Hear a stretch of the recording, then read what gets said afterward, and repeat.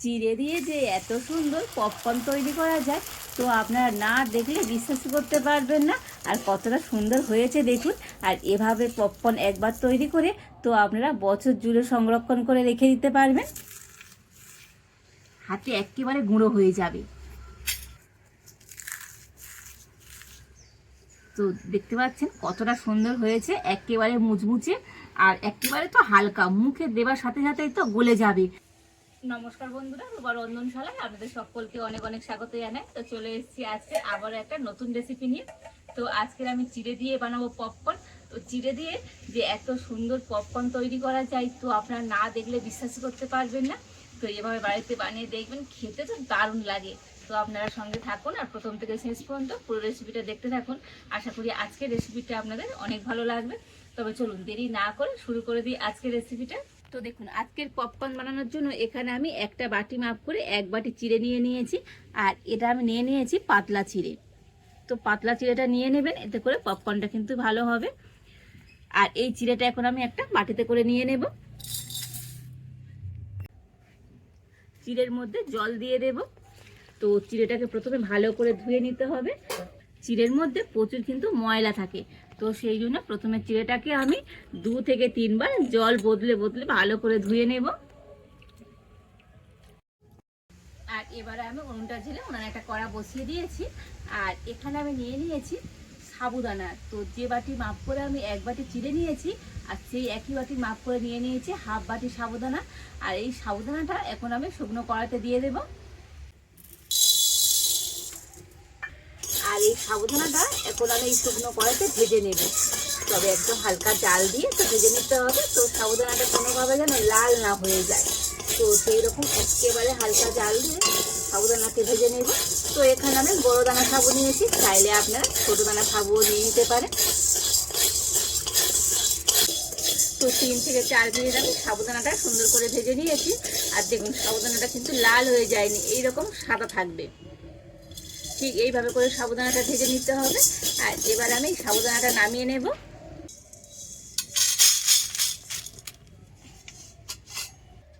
তো সাবুদানাটা আমি একটু ঠান্ডা করে নিয়েছি। আর এবার আমি একটা মিক্সি জার নিয়ে নিয়েছি। আর এই সাবুদানাটা মিক্সি জারের মধ্যে নিয়ে নেব।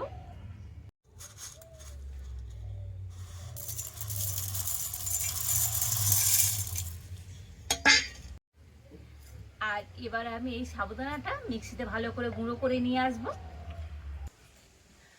তো দেখুন, সাবুদানাটা মিক্সিতে কিন্তু আমি একটু ভালো করে পেস্ট করে নিয়ে চলে এসেছি। তো দেখুন, এইরকম একটু মিহি করে পেস্ট করতে হবে। তো সাবুদানাটা আমি ভেজে নিয়েছি এই জন্য। তো সাবুদানা ভেজে নিয়ে গুঁড়ো করলে দেখবেন গুঁড়োটা কিন্তু একেবারে মিহি হবে। আর দেখুন কত সুন্দর মিহি হয়ে গুঁড়ো হয়ে গিয়েছে। আর এবার আমি গুঁড়ো করা সাবুদানা একটা বাটির মধ্যে করে নিয়ে নেব।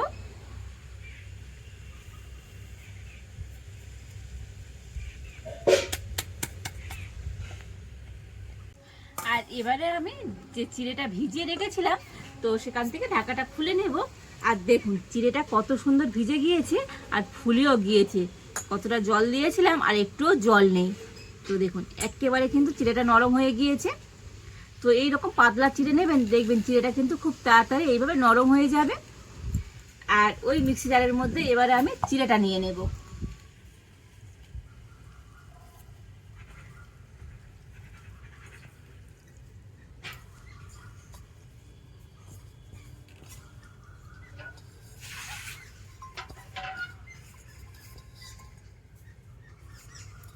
আর চিড়ের মধ্যে আমি এক বাটি জল দিয়ে দিচ্ছি। তো যে বাটি মেপে আমি এক বাটি চিড়ে নিয়েছিলাম, আর সেই বাটি মেপে আমি এক বাটি জল দিয়ে দিলাম। আর এই চিড়েটাকে কিন্তু এখন মিক্সিতে ভালো করে পেস্ট করে নিয়ে আসব। তো দেখুন, চিড়েটাও কিন্তু ভালো করে পেস্ট করে নিয়ে চলে এসেছি। আর দেখুন, চিড়েটাকেও কিন্তু খুব সুন্দর মিহি করে পেস্ট করে নিতে হবে। আর এবার আমি পেস্ট করা এই চিড়েটা একটা বাটির মধ্যে করে নিয়ে নেব।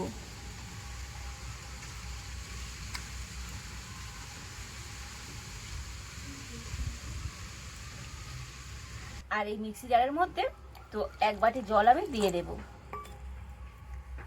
তো মিক্সি জারটা ধুয়ে নেব।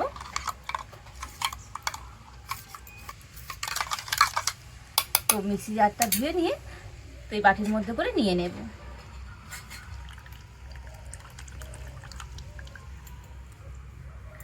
আর এরই মধ্যে দিয়ে দেব গুঁড়ো করে নেওয়া সাবুদানাটা।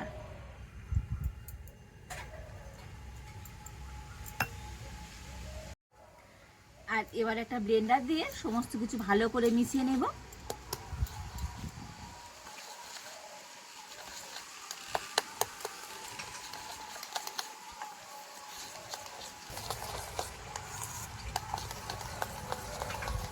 তবে এর মধ্যে আরো জল দিতে হবে, তো আরো একটু জল আমি দিয়ে দেব। তো একই বাটি মেপে আরো আমি 1.5 বাটি জল দিয়ে দেব। তো বাটি মেপে জলটা এই কারণে দিয়ে দিলাম, তো এই রেসিপিটা আপনাদের বাড়িতে বানাতে সুবিধাই হবে। তো জল দিয়ে সমস্ত কিছু কিন্তু খুব ভালো করে গুলে নেব।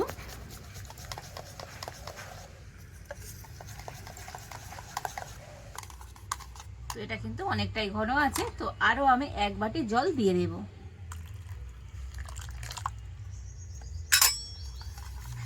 তো জল দিয়ে ভালো করে মিশিয়ে নেব। তো এখানে আমি টোটাল কিন্তু 4.5 বাটি জল দিয়েছি, যেহেতু এখানে সাবুদানা আর চিড়ে করে 1.5 বাটি নিয়েছি। তো যত সাবুদানা আর চিড়ে নেবেন তার 3 ডবল জল দিয়ে দিতে হবে। তো জলটা কিন্তু এইভাবে একটু হিসেব করে দিয়ে দিতে হবে। তো সমস্ত কিছু ভালো করে গুলে নিয়েছি, আর এবার এটাকে ছেঁকে নেব। তার জন্য এখানে আমি একটা বড় ছাঁকনি নিয়ে নিয়েছি, আর এই মিশ্রণটাকে এখন আমি ছাঁকনির মধ্যে দিয়ে দেবো।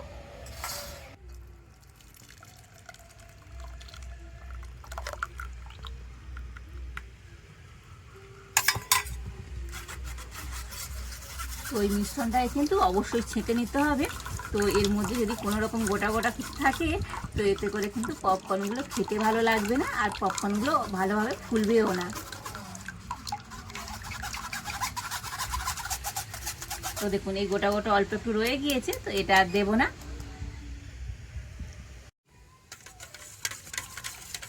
তো দেখুন মিশ্রণটা কিন্তু এইভাবে করে পাতলা করে গুলে নিতে হবে। আর এবার আমি এই মিশ্রণটাকে কড়ার মধ্যে দিয়ে দেব।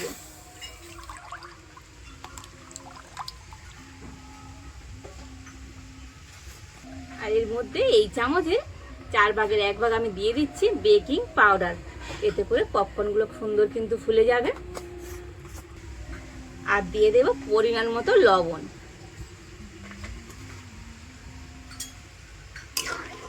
আর এবার আমি একটু এরকম কন্টিনিউ নাড়াচাড়া করে নেব।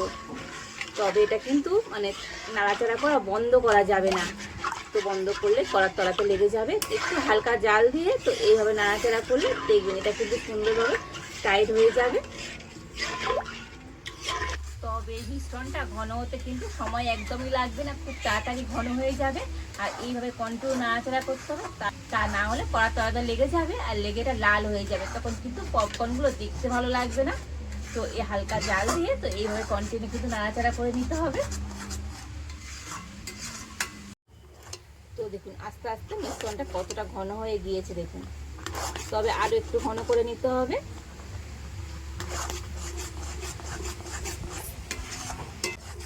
আর দেখুন এর বেশি কিন্তু আর ঘন করা যাবে না, তো দেখেই বুঝতে পারছেন কতটা ঘন করে নিয়েছি। তো খুন্তি থেকে দেখুন থাক থাক হয়ে পড়ছে। তো এটা ঠান্ডা হয়ে গেলে আরো কিন্তু টাইট হয়ে যাবে। তো এবারে কিন্তু এই মিশ্রণটাকে নামিয়ে নেব।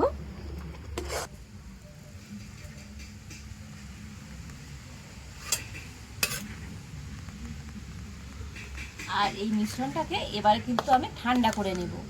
তো একেবারে কিন্তু ঠান্ডা করে নিতে হবে। তো মিশ্রণটাকে এইভাবে একটু রেখে দিয়েছিলাম, আর এটা কিন্তু খুব ভালো মতো এখন ঠান্ডা হয়ে গিয়েছে। আর ঠান্ডা হয়ে গেলে দেখবেন এটা কিন্তু আগের থেকে অনেকটাই কিন্তু টাইট হয়ে যাবে। তো এবার একটা ব্লেন্ডার নিয়ে আবার একটু ভালো করে মিশিয়ে নেব।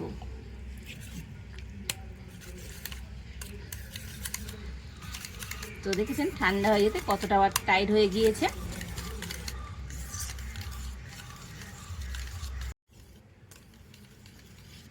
তো দেখুন আবারও সুন্দর করে কিন্তু এইভাবে ফেটিয়ে নিয়েছি, আর মিশ্রণটা কিন্তু এরকম একটু গাঢ় গাঢ়ই হবে। আর এবার আমি একটা নিয়ে নিয়েছি এখানে পাইপিং ব্যাগ। তো মিশ্রণটা এই পাইপিং ব্যাগের মধ্যে ভরে নেব। তো পাইপিং ব্যাগ যদি না থাকে তো তাতে কোনো অসুবিধা নেই, তো যে কোনো একটা প্লাস্টিক আপনারা এইভাবে করে নিয়ে নেবেন। ও যেমন নুনের প্লাস্টিক হয়, ওই নুনের প্লাস্টিক করে নিয়ে নেবেন, এতে করে সুবিধাই হবে। আর এই মিশ্রণটা এবারে কিন্তু পাইপিং ব্যাগের মধ্যে ভরে নেব। আর এই পাইপিং ব্যাগটা আমি গ্লাসের মধ্যে নিয়ে নিচ্ছি।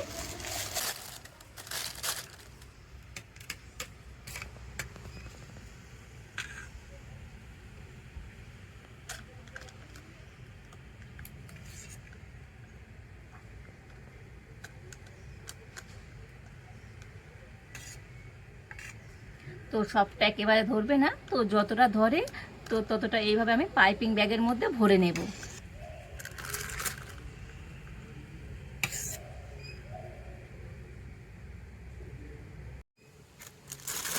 আর এবার আমি পাইপিং ব্যাগের মুখটা এইভাবে বন্ধ করে দেব।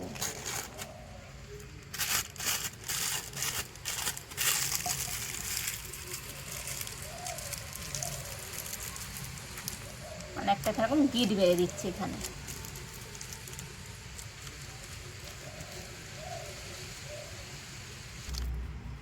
আর পাইপিং ব্যাগের তো এই সামনটা একটুখানি আমি কেটে নেব।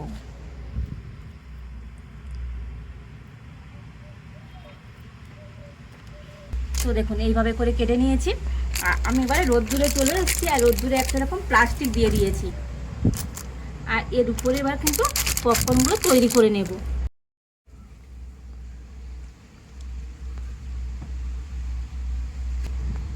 তো এইভাবে করে শুধুমাত্র দিয়ে দিলেই হয়ে যাবে। তো দেখুন এটা কিন্তু দিয়ে দেওয়া খুবই তাড়াতাড়ি।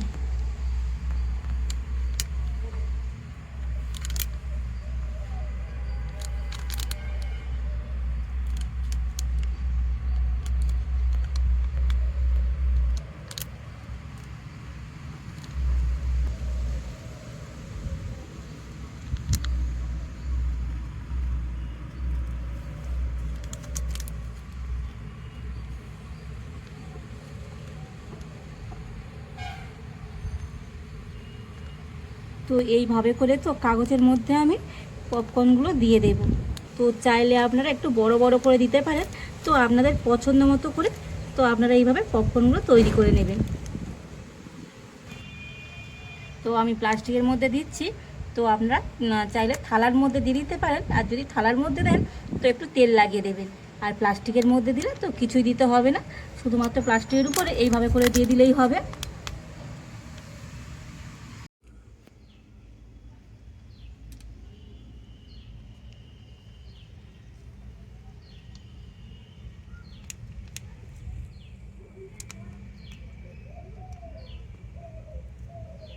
তো দেখুন এই সব পপকর্নগুলো সুন্দর করে আমি রোদ্দুরে দিয়ে দিয়েছি।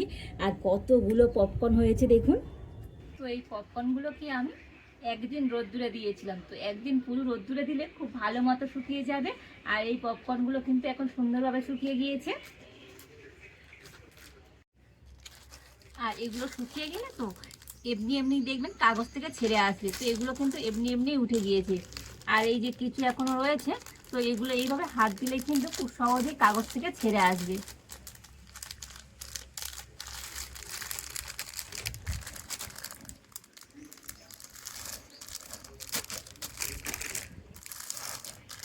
তো কত সুন্দরভাবে পপকর্নগুলো কাগজ থেকে উঠে যাচ্ছে দেখুন।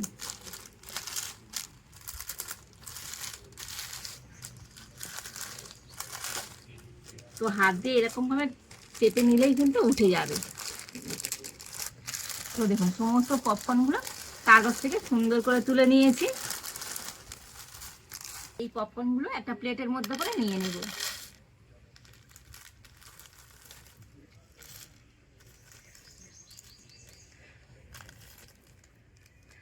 তো দেখুন কতগুলো পপকর্ন হয়েছে দেখুন। আর একেবারে কাঁচের মতো চকচক করছে। তো দেখে বুঝতে পারছেন কতটা সুন্দর হয়েছে আজকের এই পপকর্নগুলো। আর এবারে পপকর্নগুলো ভেজে দেখাবো। তো তার জন্য কড়াতে আমি একটুখানি সাদা তেল গরম হতে বসিয়ে দিয়েছি। আর তেলটা ভালো মতো গরম হয়ে গিয়েছে।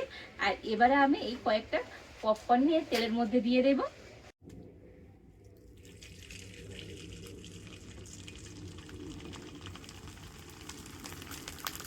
তো দেখুন কত সুন্দরভাবে তেলের মধ্যে ভেসে উঠেছে। আর কত বড় বড় হয়ে গিয়েছে দেখুন, দেখতে কত সুন্দর লাগছে।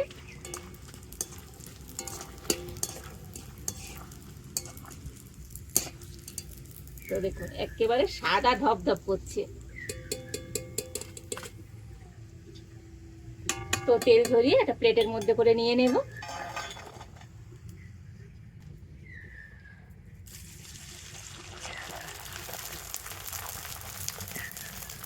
তো দেখুন কত সুন্দর হচ্ছে দেখুন।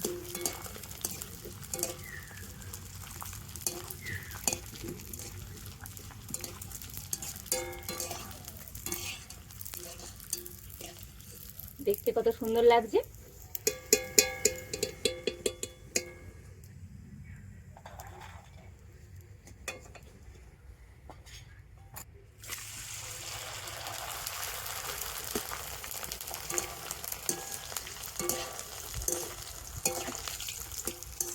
কত সুন্দর বড় বড় হয়ে যাচ্ছে আর কত সুন্দরভাবে ফুলে যাচ্ছে দেখুন।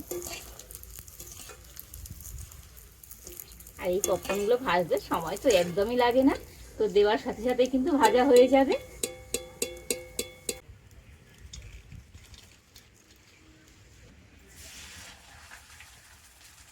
আর এইভাবে করে সমস্ত পপকর্নগুলো ভেজে নেব।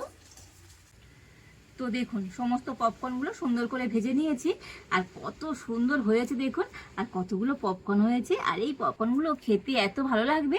তো বাড়ির বাচ্চারা তো ভীষণভাবে পছন্দ করবে আর ভীষণ মজা করে খাবে। আর দেখুন পপকর্নগুলো কতটা সুন্দর হয়েছে, হাতে একেবারে গুঁড়ো হয়ে যাবে।